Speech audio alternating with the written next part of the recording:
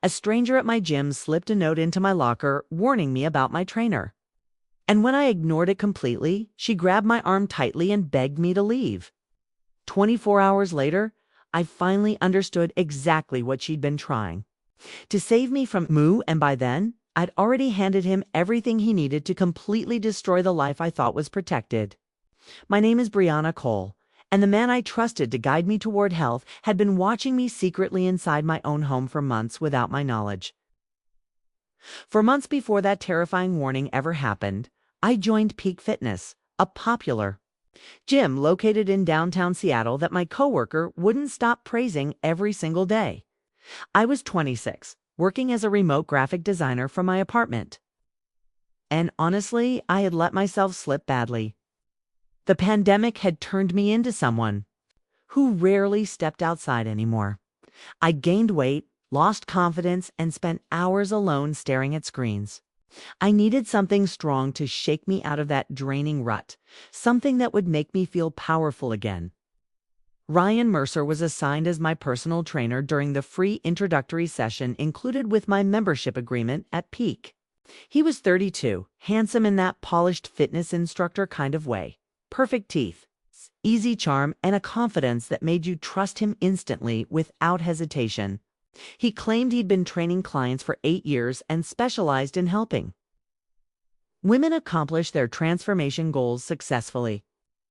He even scrolled through before and after photos on his phone of women he supposedly helped, and I remember being incredibly impressed seeing their progress. These women looked unbelievable, and he acted like he genuinely cared about their victories and improvement. We began training together 3 days every week, and I have to admit he was truly good at what he did with his clients. He encouraged me without ever becoming pushy, always knew precisely what to say whenever I wanted to give up entirely, and consistently seemed invested in my progress overall. He would text me between our sessions asking how I felt physically, reminding me to drink enough water daily, sending meal plans along with motivational messages for support. It felt incredibly personal, like he genuinely cared about my success rather than just earning money. Within 6 full weeks, I had lost nearly 15 pounds and felt stronger than I had in years before this. But when I look back now, I realize Ryan's interest went way beyond normal trainer-client boundaries. He began asking deeply personal questions during our workouts, wanting to know if I was dating anyone, whether I lived alone or shared spaces, and what exactly I did for remote work. At first, it felt like harmless conversation, the usual small talk you share with someone you see multiple times weekly. I didn't hesitate telling him I was single, living alone in a 1-bedroom apartment in Capitol Hill, working remotely as a freelance graphic designer. He asked about family as well. I told him my parents had retired to Arizona 2 years earlier, and my younger sister Kendall lived in Portland with her husband now. We weren't especially close anymore since we'd all moved to different states separately. Ryan nodded thoughtfully, like he truly understood, saying that building community was just as essential as building muscle during training. It sounded smart back then, but now it makes my entire skin crawl when I remember those conversations with him, around the 3-month mark. Ryan suggested I start coming in during quieter off-peak hours at the gym so he could focus on perfecting my form without constant distractions. "You're making incredible progress," he said with that smooth, confident smile. "I really want to help you push even further without a crowded environment." It made perfect sense to me at first. I started showing up around 6 a.m. when the gym was nearly silent and empty. Just me, Ryan, and maybe 2 other early birds who always kept completely to themselves nearby. Ryan also introduced me to this fitness tracking app he claimed all his dedicated clients relied on for serious progress. It would sync automatically with my phone and monitor my movements, sleep patterns, habits, and daily routines so he could fine-tune my entire training plan with more precision. I downloaded it instantly and accepted every single permission it requested without even pausing to read through the details first. Why would I hesitate? I trusted him absolutely. He was helping me become a stronger version of myself in every possible way that mattered. My best friend Natasha mentioned once that she thought Ryan seemed slightly too invested in my personal life and details. "I don't know, Bree," she'd said during coffee one quiet Sunday morning. "It just feels like he asks way too many questions that aren't actually related to fitness." I dismissed her concerns right away, without hesitation. "He's just being a good trainer, Tosh. That's literally his entire job, to care about his clients and understand their lives to support them." She gave me that look like she wanted to continue, but stopped herself and let the conversation fade into silence. If you're enjoying this story, make sure you hit that subscribe button and leave a comment telling me where you're watching from right now. Your support truly means absolutely everything to me. That Tuesday morning when everything completely shifted for me, I arrived at Peak Fitness right at 6 a.m. like always. I walked into the women's locker room to store my bag and change into my workout clothes as usual. The locker room was totally empty except for one woman I had never seen there before at any time. She looked maybe early 40s with shoulder-length blonde hair and an anxious, almost frantic expression that instantly made me feel uncomfortable inside. I opened my locker and was placing my gym bag inside when she suddenly walked directly up to me and pressed a folded piece of paper into my hand without hesitation. "Read this," she murmured softly, her voice shaking so hard I barely understood the words she was trying to speak. "Please just read it right now and leave the gym." Immediately after, I unfolded the paper, more confused than truly worried, and saw handwriting that looked rushed and messy as if it was written in panic. It read, "Your trainer isn't who you think he is. Ryan Mercer is not a certified trainer. He has been stalking women through this gym for 2 years. Leave now before it's too late for you."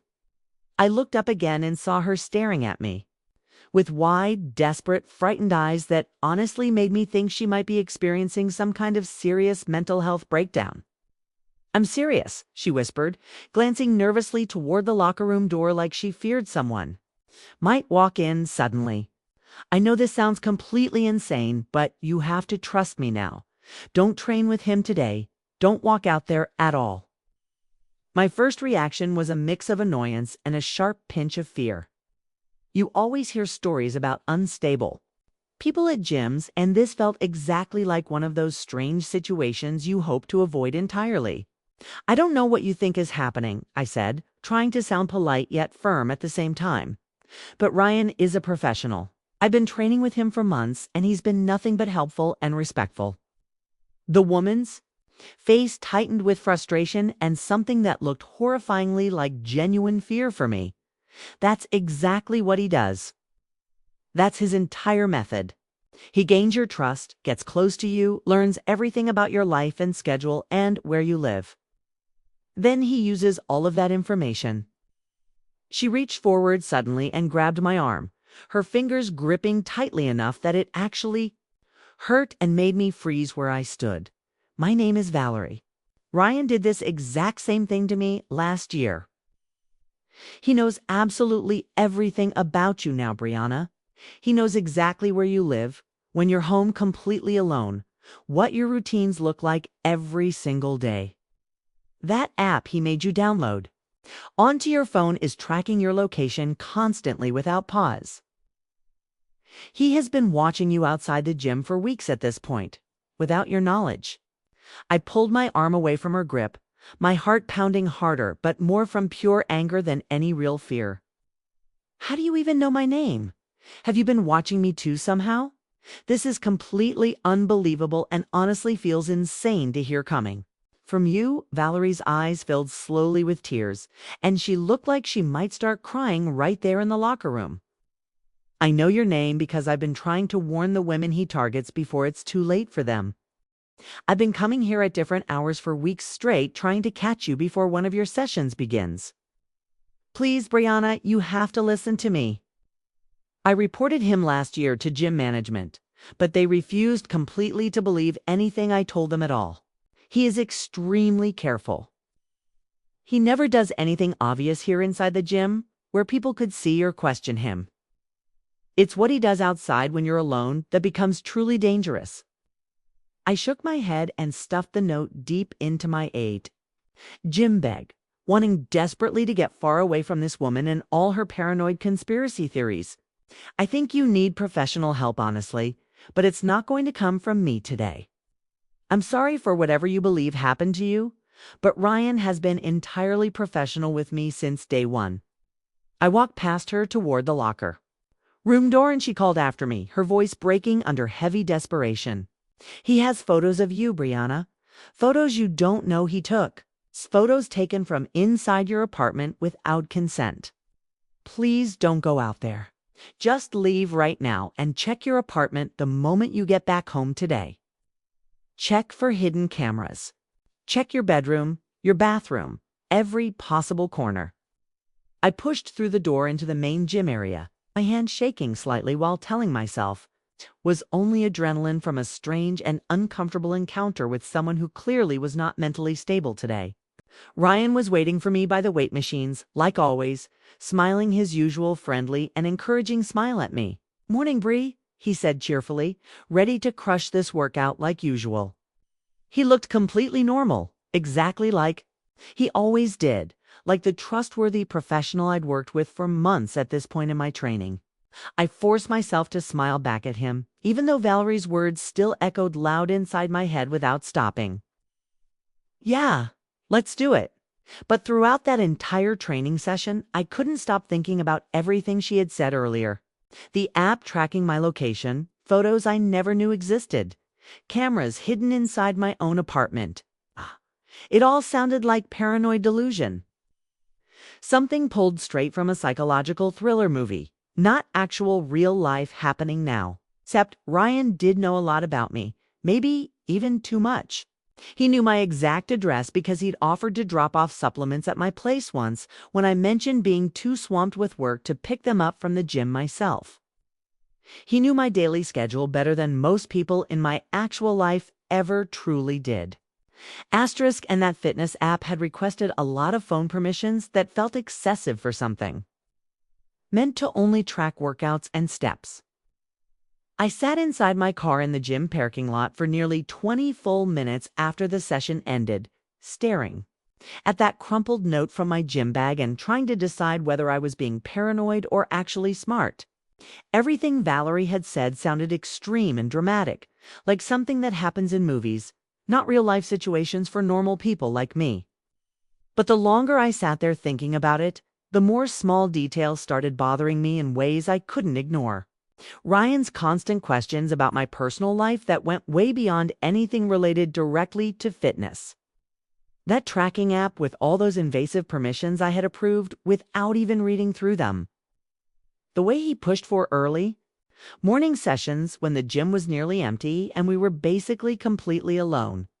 His casual comment last week about noticing from my app data that I'd been staying up later than usual lately. He had been actively monitoring when I went to sleep and when I woke up every day without me realizing. I pulled out my phone and searched Ryan Mercer, personal trainer, Seattle, expecting to find his professional profiles and glowing client reviews online somewhere.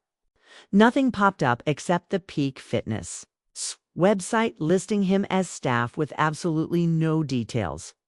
Asterisk I tried searching for his certification credentials or any kind of professional presence online and found absolutely nothing about him. For someone who claimed to have been training clients successfully for 8 years straight, he had zero online footprint anywhere. No social media accounts, no client reviews, no professional website, literally nothing. That felt incredibly strange for someone working in a field that relies so heavily on reputation and word of mouth. I called my sister Kendall, needing to talk to someone who knew me well enough to tell me honestly if I was overreacting or actually being reasonable here. She answered on the third ring, sounding rushed and a little distracted. "Hey, Bree, can I call you back in like 10 minutes? I'm right in the middle of something at work." "Kendall, this is actually really important. Something weird just happened at the gym, and I need your advice immediately. Please."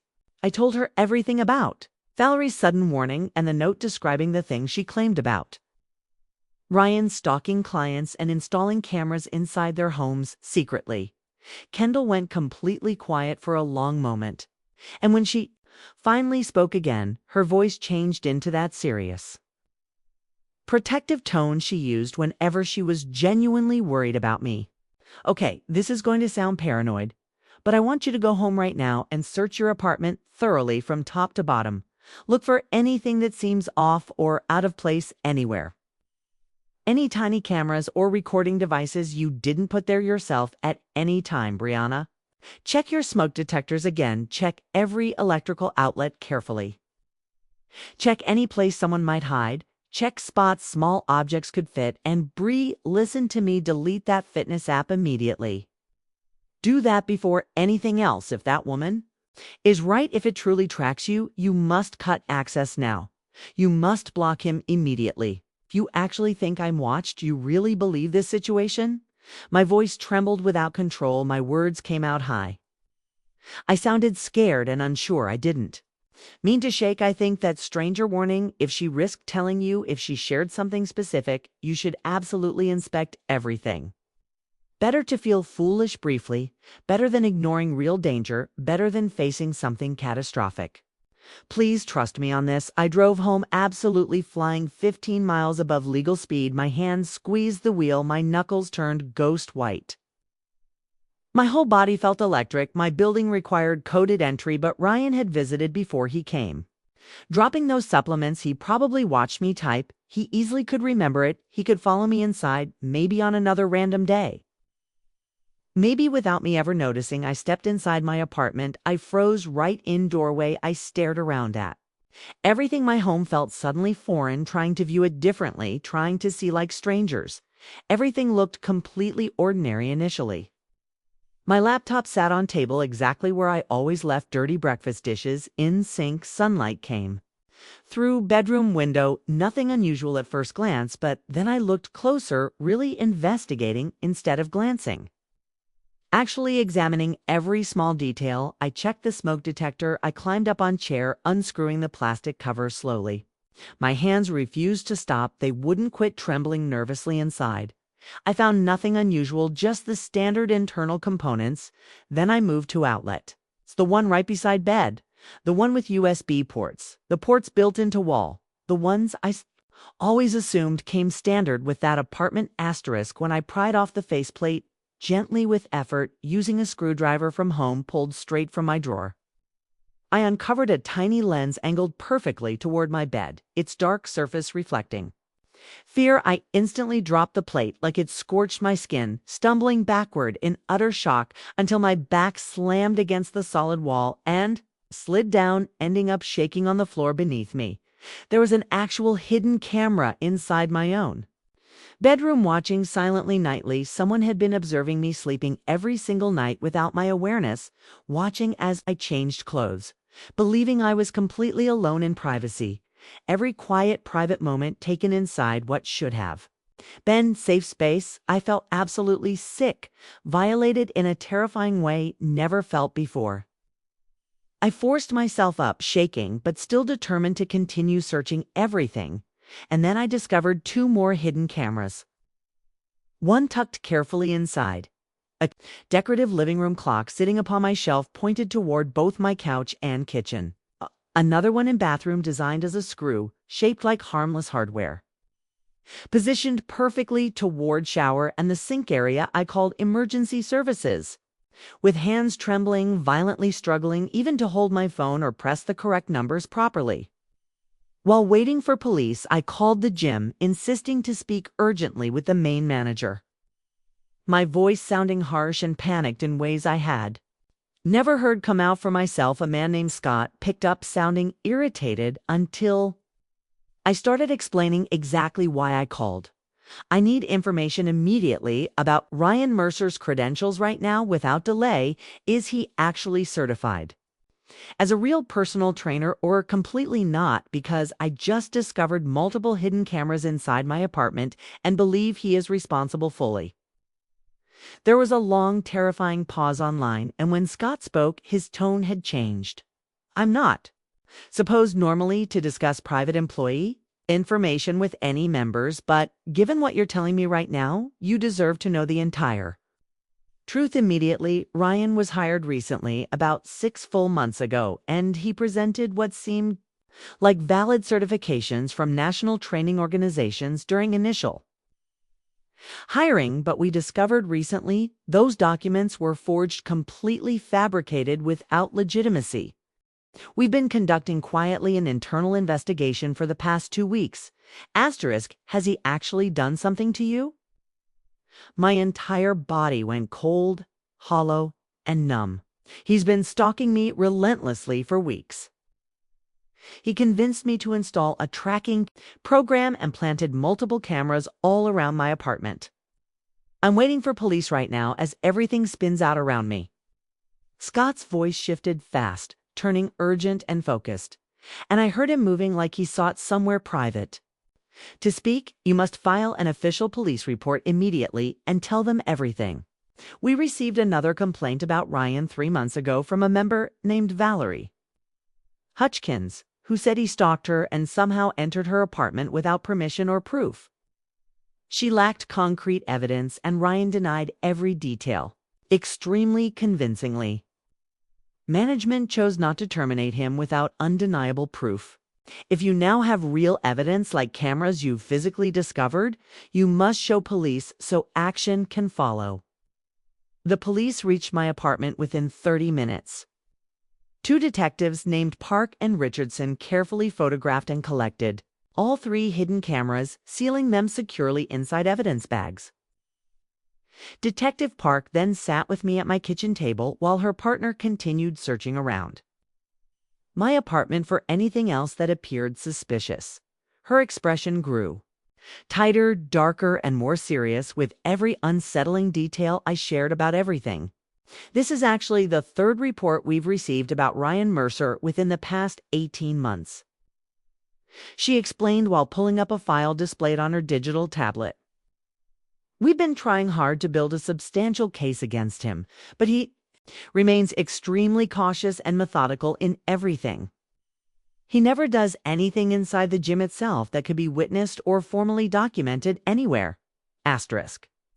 Everything he operated occurred privately outside normal spaces, completely unseen, in ways nearly impossible legally to demonstrate clearly inside courtrooms. She opened images on her tablet showing 4 different women, including Valerie, then quietly asked if I recognized any faces. I nodded slowly, pointing toward women I definitely noticed around the gym, though never once exchanged a single word. Detective Park explained. Ryan maintained a very precise behavioral pattern he repeated with each victim. He targeted women appearing isolated, emotionally vulnerable, or socially detached, women living entirely on their own and newly joining gyms, searching desperately for guidance and some sense of genuine community. He would spend several months building trust, earning absolute confidence, learning deeply personal information gradually, then persuading them to download his malicious tracking application instantly. The secret cameras inside their apartments were always his final move, granting him continuous surveillance and absolute control even when he wasn't physically anywhere nearby. How did he actually manage to enter my apartment unnoticed too? Install these hidden cameras without me realizing anything happened? I asked quietly, my voice barely rising above a whisper. Detective Richardson responded from across the room while checking windows. We believe he copies keys during training sessions at gyms. He instructs clients to store their bags and personal belongings inside lockers while they focus entirely on workouts and routines. That gives him unhindered access, and in under 60 seconds he can press a key into molding clay for duplication, or photograph every angle precisely to generate a 3D duplicate. They explained they'd been attempting to catch Ryan acting directly for months, but he consistently covered his tracks with victims.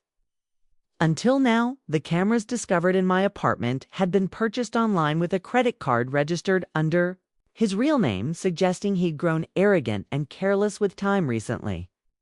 The tracking app was easily traced back to a server he personally funded each month.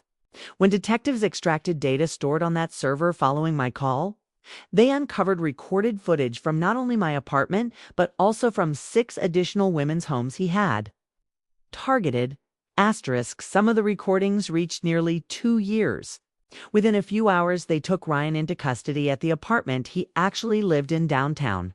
When police executed their search warrant inside his place, they uncovered multiple external drives stuffed with thousands of hours footage from various unsuspecting women, along with pages detailing each victim's daily routine, patterns, vulnerabilities, and habits.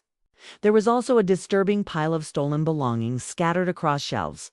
Underwear, framed photos, jewelry, loose spare keys, everything arranged like trophies inside a serial predator's private shrine. Ryan Mercer was ultimately convicted 10 months later on 19 separate felony charges, including stalking, burglary, surveillance, identity theft, plus computer fraud. During the trial, the horrifying scope of his actions became clearer. He had never been a certified trainer anywhere. Every credential he submitted had been forged intentionally so he could secure jobs at 3 gyms throughout the Seattle area. Over nearly 4 years, each workplace becoming another hunting ground where he identified lonely or isolated women he believed were easy to manipulate and control. That tracking application he persuaded us to install was fully custom-built for stalking alone.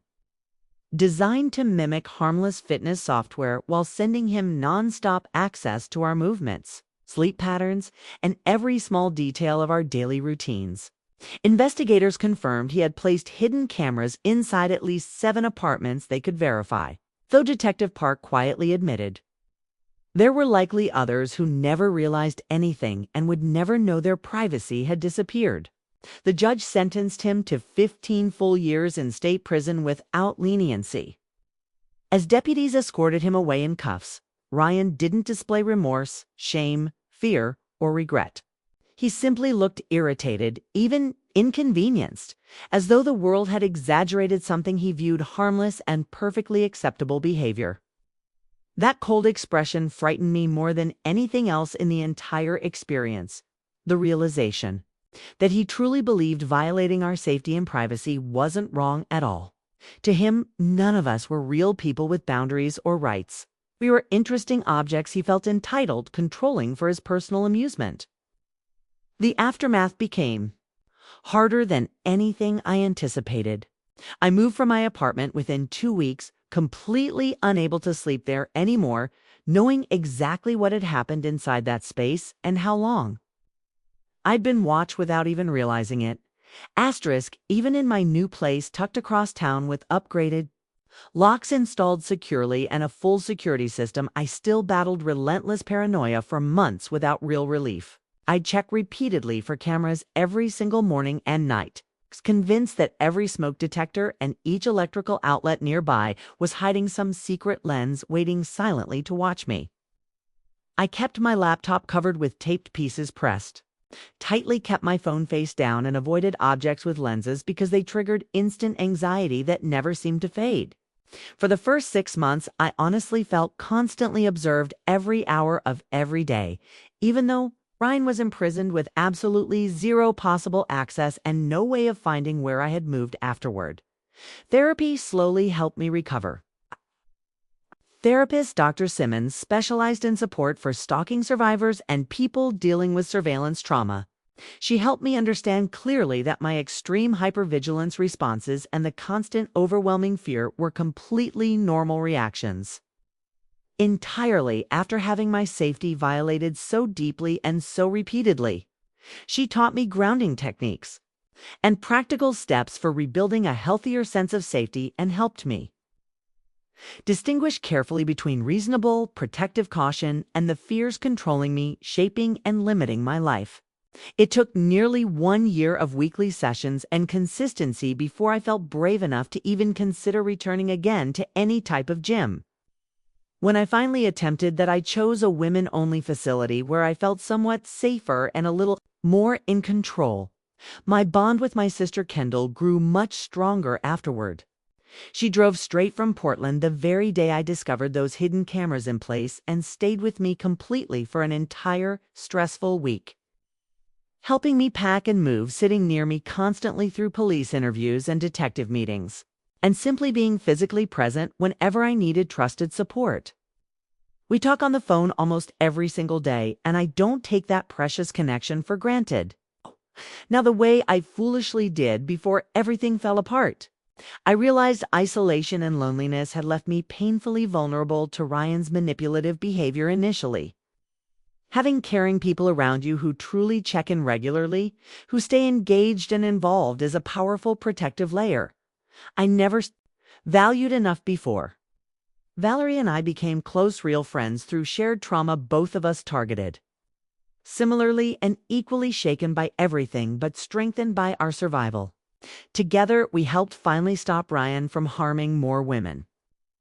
She's doing significantly better now, able to live life freely without the constant, exhausting fear and endless frustration that consumed her entire year, struggling desperately to get someone to believe the warnings she kept giving. We meet once monthly now, sharing coffee and gentle conversation, sometimes discussing what happened before and how we're healing slowly, but mostly talking about normal, ordinary, everyday life moments together. We're both actively working hard to reclaim the parts stolen, the pieces Ryan tried destroying. Before you go, please remember to hit that subscribe button if this story resonated deeply, and leave a comment below telling me where you're watching. Sharing these stories helps others, and your support truly means absolutely everything to me personally.